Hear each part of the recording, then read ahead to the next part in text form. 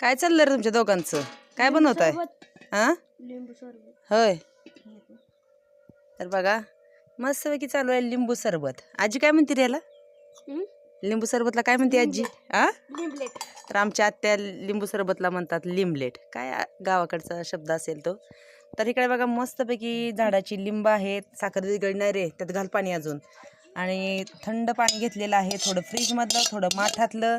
आणि असं मस्त लिंबू सरबत बनवलेलं आहे गणेशनी. तर दाखवते मी तुम्हाला कसा आहे आमचा मस्तपैकी लिंबू सरबत. त्या दिवशी मी वैरागला गेल्यावर एक ग्लास लिंबू सरबत घेतला होता, तर तो 20 रुपयाला होता. छोटा ग्लास 20 रुपयाला होता. तर असा छानपैकी उन्हाचा बनवलेला आहे लिंबू सरबत. तर गणेश ह्याच्यात साखर आहे, ह्याच्यात पाणी घाल आणि ढवळून घे. साखर वाया जातीये.